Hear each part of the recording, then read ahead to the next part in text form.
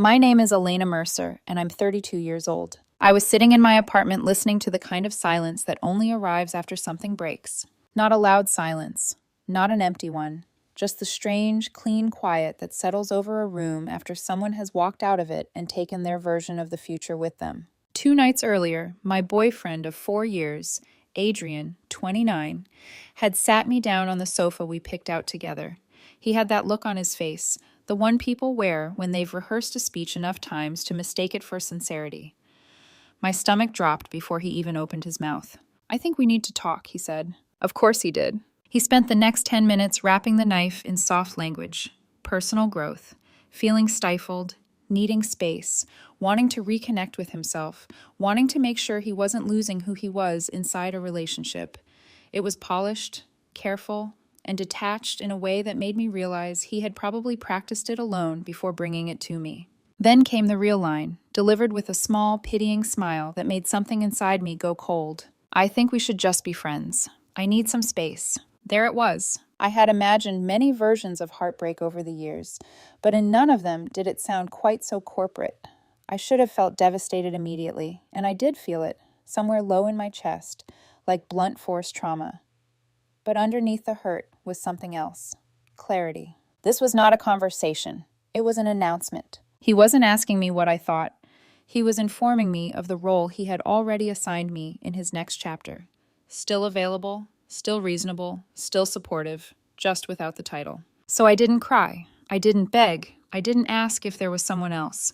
I didn't humiliate myself searching for the exact sentence that might make him remember 4 years of shared routines, inside jokes, grocery lists, road trips, and all the tiny, ordinary things that make a life feel real. I just nodded once and said, "Okay, if that's what you want." That was the first moment he looked unsettled. Not heartbroken for me, not guilty, just surprised. "Oh," he said. "Well, good. I'm glad you're being mature about this." Mature. That word almost made me laugh. He said he was going to stay at his friend Chloe's place for a few days, so we could both have breathing room. He packed an overnight bag with the kind of speed that told me he already knew what he wanted to take.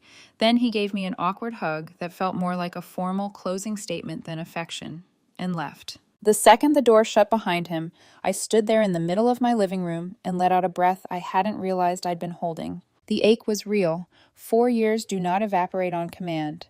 But once the shock faded, a much calmer thought rose to the surface. Friends. That was the word he chose. So I decided to treat the situation with the exact logistical honesty that word required. If we were just friends now, then our lives needed to be separated with the same precision he had used to separate himself emotionally. I'm a methodical person. When I'm overwhelmed, I make lists. So I opened my laptop and started one. Shared subscriptions came first. Netflix, Spotify Family Plan, the meal kit delivery we both liked because it made us feel more organized than we actually were. They were all in my name, on my cards, under my accounts. I changed the passwords, removed his profile where necessary, and canceled the meal kit before it renewed. That alone saved me a little over $100 a month. Then I got to the bigger issue, the car. 2 years ago, when Adrian's car died, I had just gotten promoted. I bought a reliable sedan.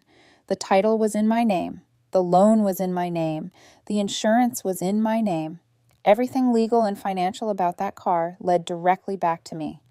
Adrian had become the primary driver simply because I worked from home and didn't need it much. In practice, it had become his car. On paper, it was mine. And a friend does not drive a vehicle that I am legally liable for while living somewhere else and finding himself. I stared at my phone for a few seconds before texting him. "Hey, since we're taking space and figuring things out as friends, I'm going to need the car back. The insurance situation is complicated if a non-resident is the main driver. Let me know when I can pick up the keys, or I can come to you." I read it twice before sending. No anger, no sarcasm, just facts. Then there was the apartment. That part, thankfully, was simple. We lived in my apartment. My name was the only name on the lease. Adrian had moved in with me 2 years earlier, and because we had been building what I thought was a real future, I never made an issue of it. I didn't change the locks that night. I wasn't trying to be cruel.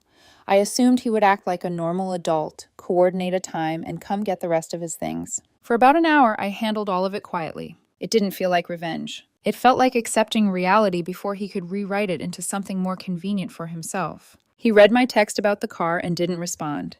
The meal kit service sent its cancellation email. At some point, he would have tried Netflix or Spotify and realized those doors had closed too. And then there was silence. 48 hours of silence. Until that night. The knock on my door wasn't really a knock. It was a rapid, sharp pounding that carried irritation before I even reached the entryway. I looked through the peephole, and there he was. Frazzled, angry, hair messy, jaw tight. I opened the door. "What the hell is your problem?" he snapped. No hello, no hesitation, just outrage. I leaned lightly against the frame. "I'm not sure what you mean." "My Spotify cut out in the middle of a song," he said. "Netflix won't work. The meal delivery got canceled, and now you're demanding the car back. What are you doing?" His disbelief was almost fascinating, as if he genuinely thought he could demote me and still keep the perks. I kept my voice calm. "I'm doing exactly what you asked for. You said you wanted space. You said you wanted us to be friends. Friends don't share streaming accounts, and they definitely don't finance each other's transportation." He stared at me like I had broken some invisible rule. "That's insane," he said. "I said I needed space, Elena, not that you should blow up our whole life." I looked at him for a long moment. And that was the moment I understood the real problem. He thought space meant distance without consequences. He thought he could step halfway out of the relationship and leave me holding up the rest of it. "Your car keys," I said softly. "Do you have them with you?" He didn't answer right away. Instead, he let out a short, disbelieving laugh, like I had just said something absurd enough to be funny. "Are you serious right now?" he asked. "You're really doing this?" "I am," I said. "Do you have the keys?" His expression hardened. "I need that car for work tomorrow." "I understand that," I replied evenly. "But the car is legally mine. The insurance is under my name. I can't have someone who doesn't live here using it full time." "That's ridiculous," he snapped. "I've been driving it for 2 years." "Yes," I said quietly, "while we were in a relationship." The words landed heavier than anything else I had said. For a split second, something flickered across his face. Not guilt, not quite. More like annoyance at being reminded of a detail that didn't fit the version of reality he was trying to hold on to. "We still are," he said quickly. "We're just taking a break." "No," I corrected, just as calmly. "You said you wanted to be friends." He ran a hand through his hair, pacing a step away from the door before turning back to me. "This is exactly what I mean," he said. "This is why I needed space. You always do this. You turn everything into a control thing." There it was, the narrative. I almost smiled. "I didn't turn anything into anything," I said. "You defined the relationship. I'm just adjusting to it." He stared at me like I had switched languages mid-sentence. "That's not what I meant," he insisted. "I didn't mean this. I just needed some breathing room, a little distance." "And you have it," I said. "You're staying somewhere else. You're not sharing finances with me. You're not sharing access to my property. That's what distance looks like." He opened his mouth, then closed it again. For the first time since he showed up, he didn't have an immediate response. And that's when it shifted. Not loudly, not dramatically. Just a small crack in whatever illusion he had walked in with. "This is petty," he said finally, his tone sharper now. "It's vindictive. I didn't think you were like this. And I didn't think you would end a 4-year relationship and expect everything to keep running exactly the same," I replied. That landed harder this time. He exhaled sharply, frustration bleeding into something closer to desperation. "You're overreacting," he said. "You're making this way bigger than it needs to be." "Am I?" I asked softly. Silence stretched between us for a second. Then he shook his head like he was done with the conversation. "Whatever," he muttered. "I'm not doing this with you. Just stop acting crazy and give me the keys." That word, crazy. It slid into the space between us like it had been waiting there all along. I didn't react to it, not outwardly. But inside, something clicked fully into place. "Adrian," I said, my voice still level. "The keys." He crossed his arms. "No." The answer came out fast, defensive, almost automatic. I watched him for a moment, letting the silence stretch just long enough to make him aware of it. "And what are you going to do?" he added, a challenge creeping into his tone. "Call the cops? That would look great for you." I didn't respond right away. Instead, I reached into my pocket and pulled out my phone. His expression shifted slightly. Not fear, not yet. Just confusion. "What are you doing?" he asked. I unlocked my phone, opened in the car's app, and tapped into the vehicle controls. The GPS showed exactly where it was, parked a short distance down the street, right where he had left it earlier. 3 taps. That's all it took. Lock. Alarm. A split second later, the sharp, piercing sound of the car alarm cut through the evening air outside. Loud. Relentless. Impossible to ignore. Adrian froze. "What did you do?" he demanded, his head snapping toward the street. "The car is now locked," I said calmly, "and the alarm is active. It will keep going until I turn it off." His eyes widened. "You're insane," he said under his breath, already moving past me toward the hallway window to look outside. People were starting to turn their heads. A couple walking by had stopped completely, trying to figure out where the noise was coming from. I stayed exactly where I was. "The next step," I continued, my tone still even, "would be reporting it as stolen. It's registered under my name. They would track it, find it, and then you'd have to explain why you're in possession of it." He turned back toward me, anger and something else flashing across his face. "You wouldn't." I met his gaze without blinking. "Try me." For a moment, neither of us moved. The alarm kept blaring in the background, filling the silence between us with something almost surreal. Then, slowly, the fight started draining out of his posture. Not completely, but enough. His jaw tightened, his shoulders tensed, but his eyes shifted. He knew. This wasn't a bluff. With a sharp, frustrated motion, he reached into his pocket, then his bag, digging around like he could somehow stall time. Finally, he pulled out the keys. For a second, he just held them there, gripping them too tightly. Then he stepped forward and shoved them into my hand. "There," he snapped. "Happy?" I took them without reacting. Then, without breaking eye contact, I tapped my phone again. The alarm cut off instantly. The sudden silence felt heavier than the noise had been. Outside, people slowly went back to whatever they had been doing. Inside, the air between us felt completely different. "Final." "Now," I said, my voice quieter but colder than before, "you need to arrange a time to pick up the rest of your things." He stared at me, breathing hard. "You have 48 hours to contact me," I continued. "After that, I'm changing the locks." "You wouldn't dare," he said, but there was less certainty in it now. "I would," I said simply. Another silence. This one longer. Then he shook his head, let out a short, bitter laugh, and stepped back toward the door. "This isn't over," he said. I didn't respond, because I already knew that. He turned and walked away without another word, disappearing down the hallway. I closed the door slowly behind him, and only then did I let myself exhale. My hands were shaking, not from fear, from adrenaline, because something had just shifted in a way I couldn't ignore anymore. This wasn't just a breakup. This was the beginning of something else. And deep down, I had a feeling it was about to get a lot worse. The 48 hours came and went. No message, no call, no attempt to schedule a time to collect his things. Just silence. Not the kind of silence that feels peaceful. The kind that feels deliberate, strategic, like someone is waiting for you to break first. I didn't. On the morning of the third day, I called a locksmith. It cost me $250 to change every lock in the apartment. Front door, secondary latch, everything.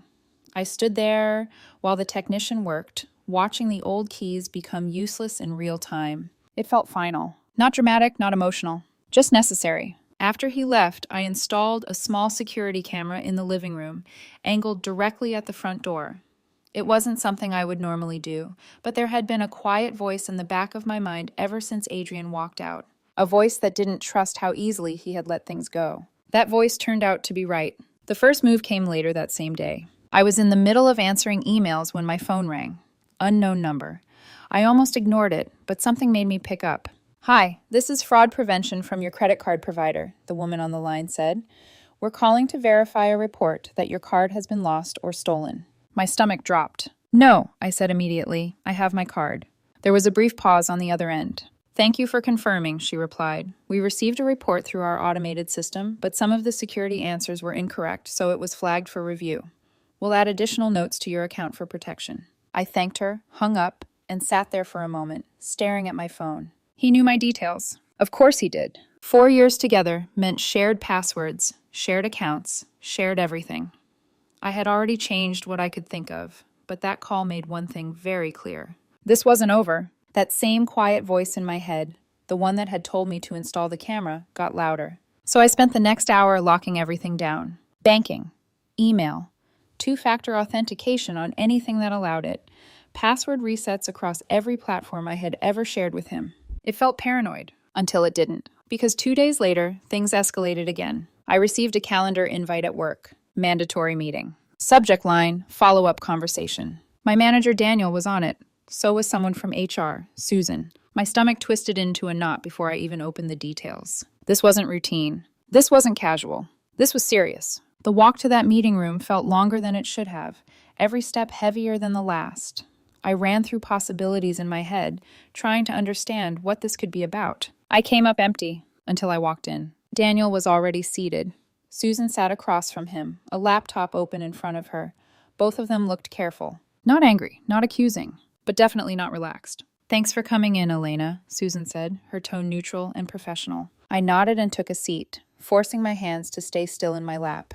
"We've received an anonymous communication," she continued, "containing some serious allegations regarding your conduct outside of work. Under company policy, we're required to inform you and discuss it." There it was, the drop. She turned the laptop toward me. An email. No name, no identifiable sender, just a burner account. I read it once, then again. Each sentence worse than the last. It painted me as unstable, controlling, emotionally volatile.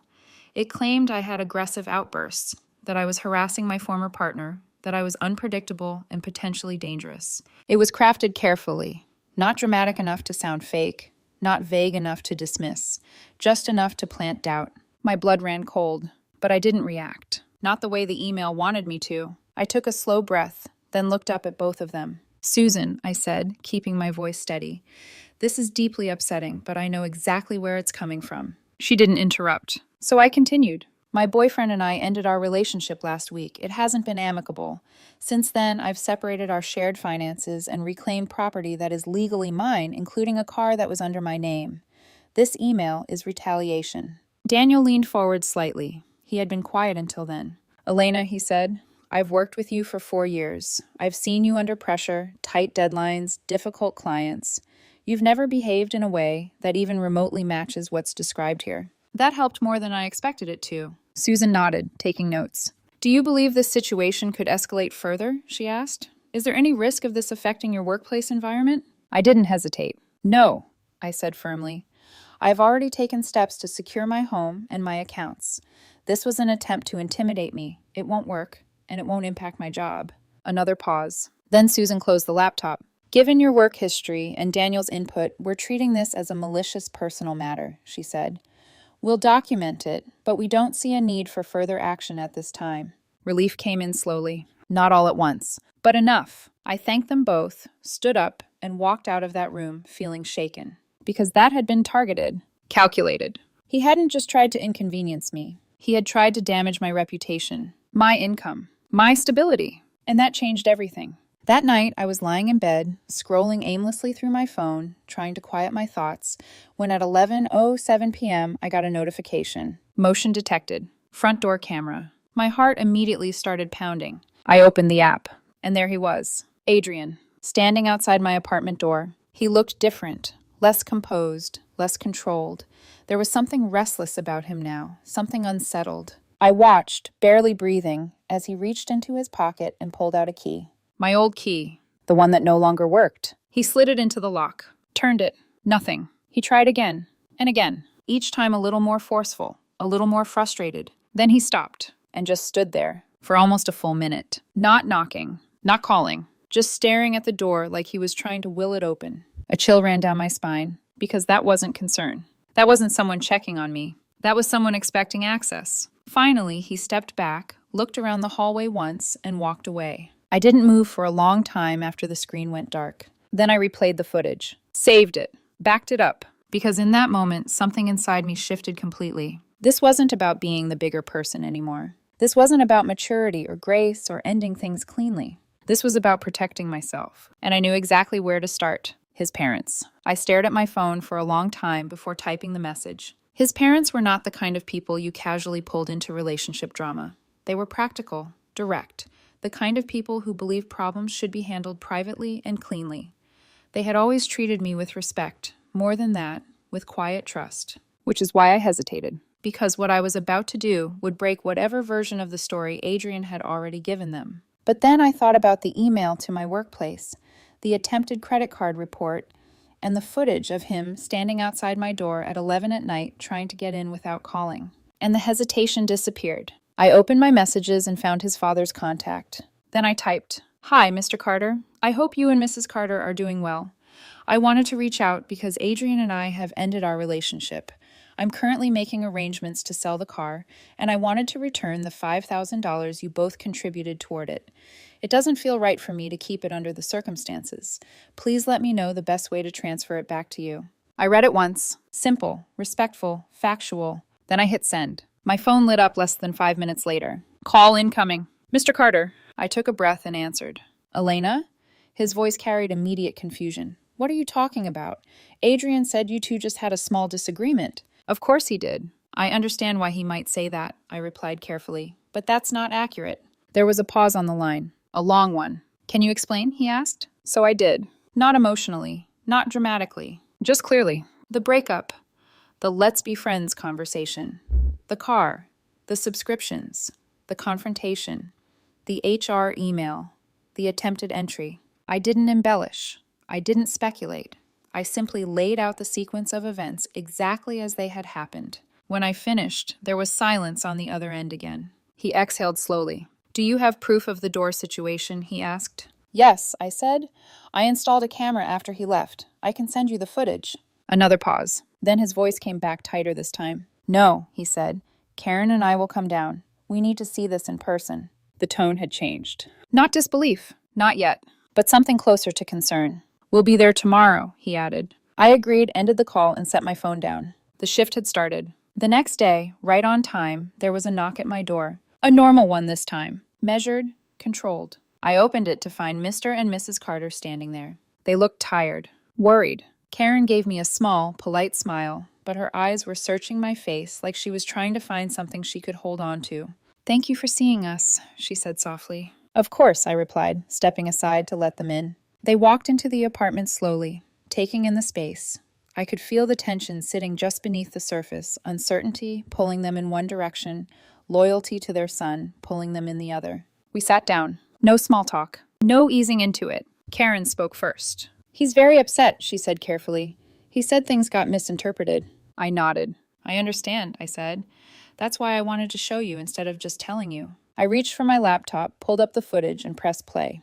The room went quiet. On the screen, Adrian appeared exactly as he had that night, standing at the door, looking around, pulling out the key, trying it once, then again, then again. No knocking. No phone call. No hesitation. Just expectation. I didn't look at the screen while it played. I watched their reactions instead. Karen's hand slowly came up to cover her mouth. Mr. Carter's expression hardened, the lines in his face deepening with every second of footage. When it ended, the silence that followed was heavier than anything that had come before it. I want to believe there's an explanation for this, Mr. Carter said finally, but his voice lacked conviction. I closed the laptop gently. So do I said, which is why I think we should ask him. They both looked at me. I picked up my phone. Call him, put it on speaker. There was a moment of hesitation. Then Mr. Carter nodded. He took out his phone and dialed. The line rang once, twice. Then, "Hey, Dad," Adrian's voice came through, casual, almost cheerful. Too cheerful. "We're at Elena's apartment," Mr. Carter said. Silence. Immediate.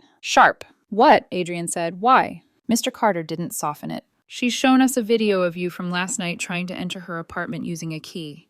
I need you to explain that to me right now." There was a long pause on the other end. Then Adrian spoke again, but his tone had changed. "That's not what it looks like," he said quickly. "I was just checking on her. I was worried." Karen's hand tightened slightly in her lap. "You were worried at 11 at night," Mr. Carter said, his voice flattening. "So you tried to let yourself in without calling her?" "She's twisting this," Adrian shot back. "She's been controlling this whole situation. She took the car." "She is offering to return the $5,000 we gave you for that car," Mr. Carter cut in sharply, "which you didn't mention." Another silence. This one different, unsteady, because the story was starting to fall apart. The silence on the line stretched just a little too long, not the kind that comes from thinking, the kind that comes from scrambling. "Dad, I was going to tell you about that," Adrian said quickly, but the confidence from earlier was gone now. "You're getting a one-sided version of this." Mr. Carter didn't raise his voice. That somehow made it worse. "Then give me the full version," he said. Another pause. I watched Karen's face carefully. She wasn't looking at me anymore. She was staring at the phone like she could hear the truth hiding between his breaths. "It's not like that," Adrian continued. "We just had a fight. She overreacted, changed everything overnight, cut me off, took the car." "Elena didn't take anything," Mr. Carter interrupted, his tone sharper now. "The car is in her name. The apartment is in her name. That is not the same thing as taking." Adrian exhaled, frustrated. "You don't understand," he said. "She's been controlling for a long time. This is exactly what I was trying to get space from." That word again. Control. It was almost impressive how consistently he returned to it. Karen finally spoke. "Adrian," she said softly, but there was a tremor in her voice now. "Why didn't you tell us you weren't living there anymore?" Silence. A small, crucial silence. "I didn't think it mattered," he said, too quickly. "It matters," she replied, "because you told us everything was fine. You said you were just taking a few days to think." "I am," he insisted. "Then why are you trying to get into her apartment with an old key?" Mr. Carter pressed. No answer. "Just breathing. Unsteady now." "And who is Lila?" Mr. Carter added, his voice suddenly very still. That one landed hard. I didn't move, didn't react, but inside something tightened. There it was. The name. The one that had slipped into the edges of this breakup long before he admitted anything. "What?" Adrian said, but it came out wrong. Too fast. Too defensive. "Elena mentioned her," Mr. Carter said. "A coworker. A woman from work who's been supporting you through this." She's just a friend," Adrian said, stumbling slightly over the words. "You're reading too much into it." Karen closed her eyes briefly. "Adrian," she said, quieter now, "please don't lie." Another silence, this one heavier than all the others. Because now it wasn't just about me. It was about them, about the version of their son they thought they knew. "I'm not lying," he snapped. But the edge in his voice gave him away. "You're all blowing this out of proportion. She's making me look like some kind of villain." Mr. Carter leaned back slightly in his chair, his expression shifting from frustration to something colder. "No," he said, "you're doing that yourself." The words hung in the air, clean, final. Adrian didn't respond right away, and when he finally did, his voice had changed again. Less defensive, more desperate. "Then come here," Mr. Carter said. "Now, we're ending this tonight." "Dad," Adrian started, but Mr. Carter had already ended the call. The room fell silent. No one spoke for a few seconds. Then Karen let out a slow breath, her hand still covering part of her mouth. "I didn't know," she whispered. "I know," I said gently, and I meant it. Because whatever version of the story Adrian had been feeding them, it clearly hadn't included any of this. Mr. Carter sat there for a moment longer, then looked at me. "I owe you an apology," he said. "You don't," I replied immediately. "Yes, I do," he said firmly. "We should have asked more questions sooner." I shook my head slightly. "He's your son," I said. "It's normal to trust him." That seemed to hit something in both of them, because neither of them responded right away. About 20 minutes later, there was another knock on the door. This one hesitant, uncertain. Mr. Carter stood up before I could move. "I'll get it," he said. He opened the door, and there Adrian was, standing in the hallway. For the first time since I had known him, he looked small. Not physically, but in every other way. His eyes flicked past his father, landing on me, then quickly away again. He hadn't expected this. That much was obvious. "Come in," Mr. Carter said. Adrian stepped inside slowly. The door closed behind him. And just like that, everything shifted into its final stage. The confrontation that followed wasn't loud. There was no shouting, no dramatic outbursts. It was worse than that. It was quiet, methodical, like watching something being taken apart piece by piece. Mr. Carter started with the facts. The car, the apartment, the timeline. Every time Adrian tried to redirect, deflect, or soften the truth, he was brought back to it again and again. Karen asked about Chloe, about where he had really been staying, about why his stories didn't line up, about why he had never mentioned moving out. Then came Lila, and that was where everything finally cracked. Not because of what he admitted, but because of how he tried not to. The hesitation, the contradictions, the way his answers shifted depending on who was speaking. It wasn't a confession. It didn't need to be. The truth revealed itself in the gaps, and once his parents saw it, they couldn't unsee it. By the time it was over, Adrian wasn't arguing anymore. He was sitting there, shoulders slumped, staring at the floor like he was trying to disappear into it. Karen looked at him like she didn't recognize him. Mr. Carter looked at him like he finally did. No one spoke for a long time after that. The silence in the room felt different now. Not tense, not uncertain. Resolved. Adrian sat there, elbows on his knees, hands clasped together like he was holding himself in place. The fight was gone. Whatever version of control he thought he had when this started had completely slipped through his fingers. Karen was the first to move. She straightened slightly, her voice quiet but steady. "We didn't raise you to behave like this," she said. Adrian didn't look up. "I know," he muttered. "No," she replied, firmer this time. "I don't think you do." That landed harder than anything else had, because there was no anger in it, just disappointment. Mr. Carter leaned forward, resting his forearms on his thighs, his gaze fixed on his son. "You lied," he said plainly, "to us, to her, and then you tried to manipulate the situation when it didn't go your way." Adrian swallowed. "It wasn't like that." "It was exactly like that," Mr. Carter cut in. "And the worst part isn't even the relationship ending. That happens. It's how you handled it after. Silence again. Then Karen spoke, softer now, but no less firm. You told us you needed space, she said, but what you really wanted was to keep everything while you figured out if you wanted something else. Adrian's jaw tightened. He still didn't look up. No denial this time, because there wasn't one left that would hold. Mr. Carter exhaled slowly, then leaned back. We're not helping you fix this, he said. Not financially, not logistically, not emotionally. That made Adrian finally look up. What? He said, his voice sharp with disbelief. You heard me, Mr. Carter replied. You made these choices. You deal with the consequences. Karen nodded, though her eyes were glassy. And as for the $5,000 we contributed toward that car, she added, Elena will return it because it's in her possession, and that is the decent thing to do. But you will not walk away from this thinking you're entitled to anything else from us. That was the point that finally left him with nothing to say. He stared at them like he didn't understand what was happening, like the ground had shifted under him in a way he hadn't prepared for. You're serious? He asked. Yes, Mr. Carter said. No hesitation. No room for negotiation. The final piece. Adrian leaned back slowly, running a hand over his face. For a moment, I almost felt something close to sympathy. Almost. But then I remembered the email, the attempted charge report, the footage of him at my door, and whatever that feeling was disappeared. This is insane, he muttered, but there was no conviction left in it. No one responded, because there was nothing left to argue. Eventually, he stood up. Not dramatically, not angrily, just quietly. I'll get my stuff, he said. You'll arrange it, I corrected calmly. Through a moving service. I'll be here, but I'm not helping. He nodded once, didn't argue, didn't push. And that, more than anything, told me it was over. Not just the relationship, the entire dynamic. The next day, a moving truck pulled up outside my building. Professional, efficient, impersonal, exactly the way it needed to be. Adrian stayed outside for most of it, sitting in the passenger seat, barely visible through the tinted window.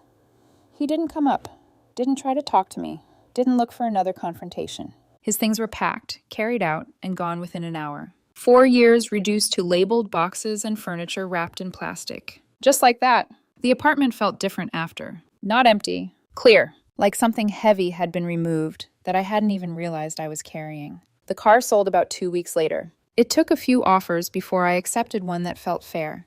When the payment cleared, I transferred the $5,000 back to his parents exactly as I had promised. Mr. Carter's reply came shortly after. We are deeply sorry for everything. We wish you the best. That was it. No long message. No unnecessary words. Just closure. I blocked Adrian's number that same day. And Lila's. And anyone even remotely connected to that entire situation. Not out of anger. Out of certainty. Because I didn't need updates. I didn't need explanations. And I definitely didn't need to know how their story ended. The quiet in my apartment now felt different than it had that first night. Back then, it had been unfamiliar. Now it felt earned. It wasn't the silence of something missing. It was the silence of something finished. A chapter I didn't choose, but one I had the strength to close.